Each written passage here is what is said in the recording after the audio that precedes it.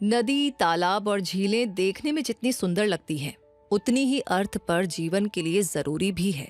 इसलिए इकोलॉजी की branch limnology में इन ताजे पानी के इकोसिस्टम की स्टडी की जाती है। लिम्नोलॉजी शब्द का अर्थ है झील या ताजे पानी का विज्ञान। और इन ताजे पानी के सोर्सेज में आज केवल झीलें ही शामिल नहीं हैं, बल्कि इसमें अब नदियां, झरने, तालाब, वेटलैंड्स और हमारे द्वारा बनाए हुए जलाशय भी शामिल हैं। लिम्नोलॉजी हमारे इन वाटर रिसोर्सेज को समझने और मैनेज करने के लिए बहुत इंपॉर्टेंट है। इसके जरिए ये पता चलता है कि पानी के अंदर का इकोसिस्टम कैसे काम करता है, पानी में रहने वाले जीव कैसे एक दूसरे से इंटरैक्ट करते हैं और क्लाइमेट चेंज और ह्यूमन एक्टिविटीज का इन वाटर बॉडीज पर कैसा असर पड़ रहा है। उसके बेस पर वाटर मैनेजमेंट करना, एक्वेटिक एनिमल्स के हैबिटेट्स को बचाना और आर्टिफिशियल वेटलैंड्स बनाना पॉसिबल हो पाता है। लिम्नोलॉजी के बारे में और जानने के लिए हमारे साथ वीडियो में आगे चलिए, आपके अपने क्विक सपोर्ट पर। लिम्नोलॉजी में वाटर बॉडीज के फिजिकल, केमिकल और बायोलॉजिकल एस्पेक्ट्स की स्टडी होती है, जो लिम्नोलॉजी के 3 एस्पेक्ट्स हैं। फिजिकल लिम्नोलॉजी में पानी के टेम्परेचर, डेंसिटी और ट्रांसपेरेंसी जैसी फिजिकल प्रॉपर्टीज की स्टडी की जाती है। पानी का टेम्परेचर बहुत इंपॉर्टेंस रखता है। अलग अलग एक्वेटिक एनिमल्स को रहने के लिए अलग अलग टेम्परेचर चाहिए होता है। पानी का टेम्परेचर जानकर के ये पता लगाया जाता है कि कौन सा जीव किस टेम्परेचर में रह सकता है और टेम्परेचर बदलने से उस पर क्या असर होगा। ठंडे पानी के कंपैरिजन में गर्म पानी में ऑक्सीजन की कमी हो जाती है। ऐसे पानी में एक्वेटिक एनिमल्स कैसे रहते हैं, ये जानना भी पॉसिबल हो जाता है। इसी तरह पानी की डेंसिटी कितनी है, ये जानना भी जरूरी होता है। ठंडा पानी गर्म पानी से ज्यादा डेंस होता है, यानी उसका घनत्व ज्यादा होता है। जैसे तेल और पानी अलग अलग रहते हैं, वैसे ही पानी में भी अलग अलग टेम्परेचर्स की लेयर्स बन जाती हैं। ये लेयर्स न्यूट्रिएंट्स और ऑक्सीजन को पानी में मिक्स होने से रोक सकती हैं, जिससे एक्वेटिक एनिमल्स को सांस लेने में और खाने में दिक्कत हो सकती है। पानी की डेंसिटी की स्टडी से ये जाना जाता है कि ये लेयर्स कैसे बनती है और इकोसिस्टम पर इनका क्या असर होता है। इसकी डेंसिटी को कैसे मैनेज किया जाए ताकि इसमें रहने वाले जीवों को कोई परेशानी ना हो। तो टेम्परेचर और डेंसिटी की तरह पानी की ट्रांसपेरेंसी की भी स्टडी की जाती है, क्योंकि पानी जितना साफ होगा उतनी ही रोशनी उसके अंदर जाएगी। और अगर पानी गंदा है तो सूरज की रोशनी अंदर नहीं जाने से पानी में रहने वाले प्लांट्स को खाना बनाने में काफी दिक्कत होगी, जिसकी वजह से उनकी संख्या कम होती जाएगी और उन पर डिपेंड रहने वाले जीवों की भी। इनके अलावा पानी की लहरों, करंट्स या वेव्स के बारे में जानना भी इसमें शामिल है, क्योंकि नदी और झरनों में बहता पानी अपने साथ न्यूट्रिएंट्स, मिट्टी और छोटे जीवों को साथ लेकर बहता है। न्यूट्रिएंट्स एक से दूसरी जगह पहुंचने से पूरा इकोसिस्टम हेल्दी होता है। नदियां जो मिट्टी बहाकर लाती हैं, उस उपजाऊ मिट्टी से नए मैदान और डेल्टा बनते हैं और इन करेंट्स के साथ बहाकर नदियां छोटे छोटे जीवों को एक जगह से दूसरी जगह लेकर जाती हैं। इससे अलग अलग जगहों पर अलग अलग तरह के जीव पनपते हैं, जिससे बायोडाइवर्सिटी बढ़ती है। करंट्स की स्टडी करके हम ये भी जान सकते हैं कि पॉल्यूशन कैसे फैलता है और इसे रोका कैसे जाए। इस तरह पानी की इन सभी फिजिकल प्रॉपर्टीज की स्टडी करके वाटर मैनेजमेंट करना, पॉल्यूशन लेवल को समझना, क्लाइमेट चेंज के इफेक्ट्स और इकोसिस्टम को समझना आसान हो जाता है। अब आगे बात करें पानी की केमिकल प्रॉपर्टीज की, तो लिम्नोलॉजी के इस एस्पेक्ट में पानी में घुले हुए डिफरेंट केमिकल्स और एलिमेंट्स की स्टडी आती है। इसमें पता लगाया जाता है कि पानी में कौन कौन से केमिकल्स मौजूद हैं, उनकी मात्रा कितनी है और कौन से केमिकल्स पानी को गंदा बना रहे हैं।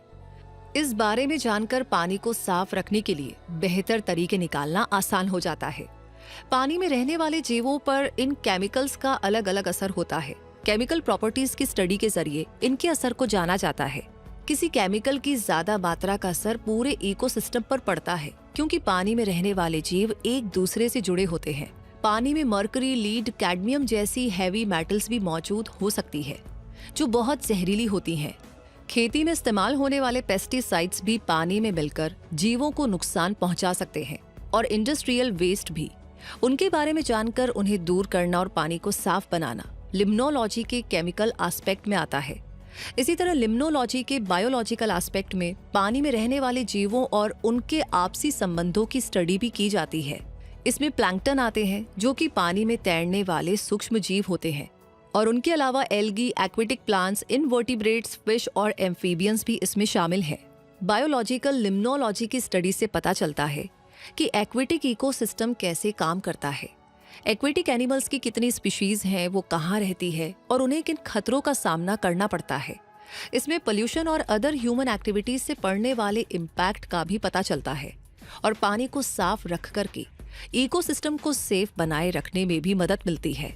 तो इस तरह लिम्नोलॉजी के तीनों एस्पेक्ट्स यानी फिजिकल, केमिकल और बायोलॉजिकल एस्पेक्ट्स मिलकर के पानी और उसके इकोसिस्टम को समझने में मदद करते हैं, ताकि उन वाटर रिसोर्सेज को अच्छी तरह मैनेज किया जा सके और इकोसिस्टम को होने वाले नुकसान को भी रोका जा सके। यानी लिम्नोलॉजी की स्टडी से न केवल पानी की फिजिकल, केमिकल और बायोलॉजिकल प्रॉपर्टीज के बारे में जाना जा सकता है, बल्कि इसकी स्टडी के जरिए ये भी पता लगाया जा सकता है कि किस नदी के पानी में कितने बैक्टीरिया हैं और उनसे कौन सी बीमारियां हो सकती है। इन जानकारियों के आधार पर पानी को साफ किया जा सकता है, ताकि पानी से होने वाली बीमारियों को रोका जा सके। इसी तरह लिम्नोलॉजी के जरिए ये जानना भी पॉसिबल है कि किसी वेटलैंड में किसी एनिमल जैसे मेंढकों की कितनी स्पीशीज पाई जाती हैं और इन स्पीशीज पर हैबिटेट लॉस का क्या असर हो रहा है। इसके आधार पर मेंढकों की स्पीशीज को बचाने के लिए कदम उठाए जा सकते हैं। किसी नदी में मछली की पॉपुलेशन का पता लगाना और उस पर पोल्यूशन के असर को स्टडी करके मछली की आबादी को बचाने के लिए कदम उठाना भी पॉसिबल है। और किसी झील के पोल्यूशन सोर्स और पोल्यूशन लेवल को जानकर उसे कम करने के प्रयास करना भी संभव है। इस स्टडी को करने वाले साइंटिस्ट लिम्नोलॉजिस्ट कहलाते हैं। और क्योंकि लिम्नोलॉजी एक मल्टी डिसिप्लिनरी फील्ड है, इसलिए लिम्नोलॉजिस्ट को बायोलॉजी, केमिस्ट्री, फिजिक्स और जियोलॉजी की अच्छी नॉलेज होना भी जरूरी होता है। लिम्नोलॉजिस्ट एक्वेटिक इकोसिस्टम्स की स्टडी करने के लिए कई तरीकों का इस्तेमाल करते हैं, जिनमें से 4 तरीके सबसे कॉमन है: field studies, laboratory experiments, modelling और रिमोट सेंसिंग। फील्ड स्टडीज में लिम्नोलॉजिस्ट पानी में जाकर इन्वेस्टिगेशन करते हैं, जिसमें पानी और मिट्टी के सैंपल्स लेना, प्लैंकटन, एल्गी और फिश की काउंटिंग करना और पानी की डेप्थ, टेम्परेचर और ऑक्सीजन लेवल को चेक करने जैसी एक्टिविटीज आती है।